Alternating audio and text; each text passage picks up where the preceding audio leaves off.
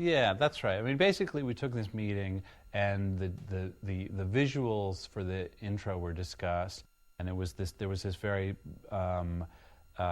worked out concept of a backwards view of a guy's entire day, and the theme was kind of built around that idea.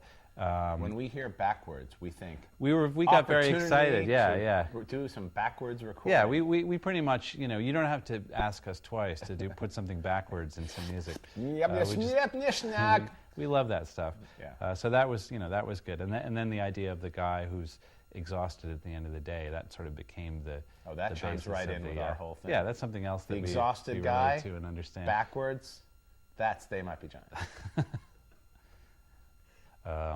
So we've kind of gotten a chance to do sort of one of everything at this point. It seems like we've done a very sort of classical sounding chamber piece for a science program that was on ABC. We've done the fake news music for the Jon Stewart show, The Daily Show, and we did Malcolm, which is this rock song. And now we've done Resident Life, which is this very electronic thing, and it sounds completely different from any of the other stuff we've done. So I feel like it's a great thing for us. I'm amazed at just how much real life shows up in the show. It really feels, unlike a lot of reality television, it actually feels exactly like real life. I mean, there's some stuff in there that kind of shook me up when I saw it. It was just too. It just, I mean, everybody has families and health problems and all those things, and it really brings you right to that. It's pretty hard hitting in a way.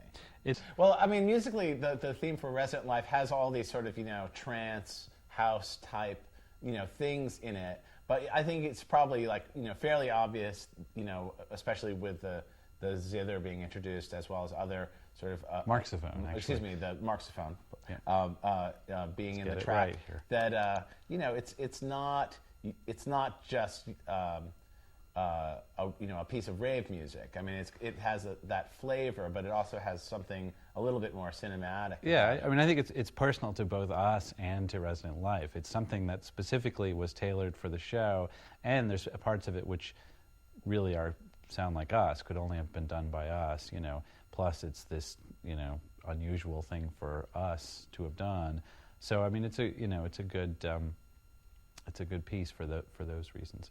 I mean, we did all the score for Resident Life as well, all the little bits in the background that you're hearing, and we've drawn on the talents of the people in our band because we have a lot of people who play with us who are, really interesting instrumentalists. So this is yet another side of our group that we're exploring. Is everybody gets to play their favorite lick, and we're doing something once again that's completely new for us. We're producing a huge amount of music for the show. We haven't done anything like that since Malcolm in the Middle, actually. So it's another very different gig for us, but it's very fun and exciting to do this kind of work. Because what was nice about doing this job is that it really runs against type in the most essential way.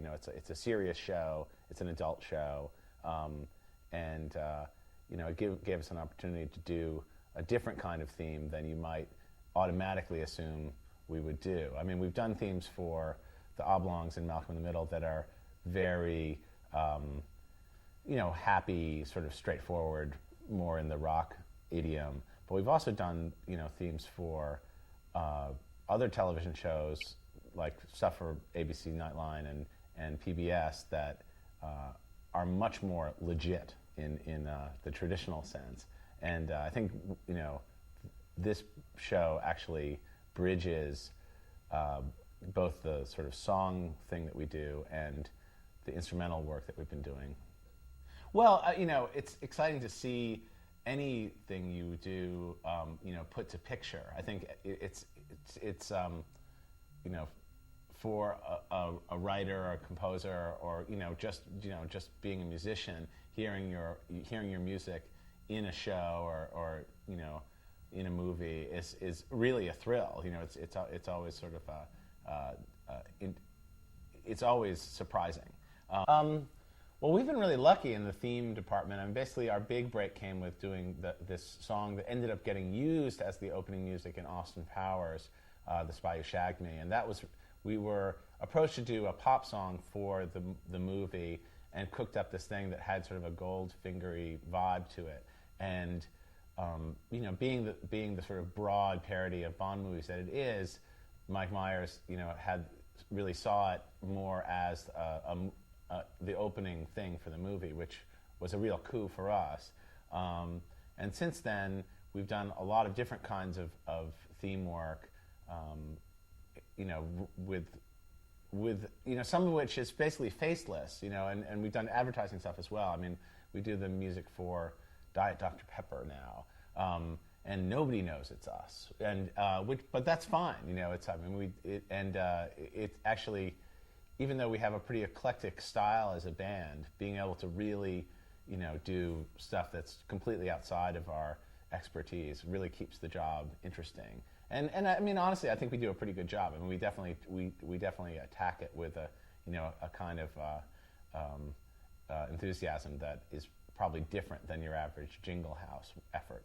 And you know, some of it's just downright weird. I mean, we did a thing for Diet Dr. Pepper recently that was the spot was called Retirement Village People, and we had to basically do a re-record of YMCA.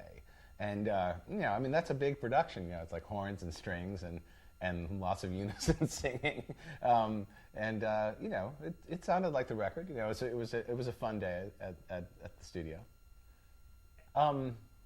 You know, probably the most successful theme that we've been associated with was for Malcolm in the Middle on Fox, and it was a strange story. Basically, the producers of the show had a script and were talking about shooting a pilot, but it wasn't approved yet. And then they called us up and said they wanted an original theme, which we thought was kind of a presumptuous thing to be requesting before they'd even gotten the show off the ground. But they had a very different way of approaching everything with the show. It was really the first sitcom that was done with a single camera, and it just had a look about it that was very specific. And I realize now it makes total sense that they were already thinking about having a real standout theme. You know, it was very successful for us. We ended up getting a Grammy for it, which was really exciting and sort of unexpected, and seemed. Tell us which one you're doing. He's doing me. If you go, once you continue talking for a second, and some more focus. You're doing Flansburgh right now? Yeah. Okay. Flansburgh has a lot of personal problems that he's not willing to talk about on camera. And I think it's time for me to come clean about them. Let you know. That's great. Thanks. Okay? Okay. Okay. All right, my turn. And All right. These two popes walk into a bar, Sorry.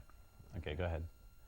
and I'm speaking very meaningfully, and you're really agreeing with everything I'm saying. Okay, so then just do the one where you're sort of looking at Julian, Looking but not blankly. nodding. Right. what's he talking? What does he Right. say? When will Right. this end? Am I awake? Right. Yeah, this is the part of the newscast where you're like, wow, that's so John.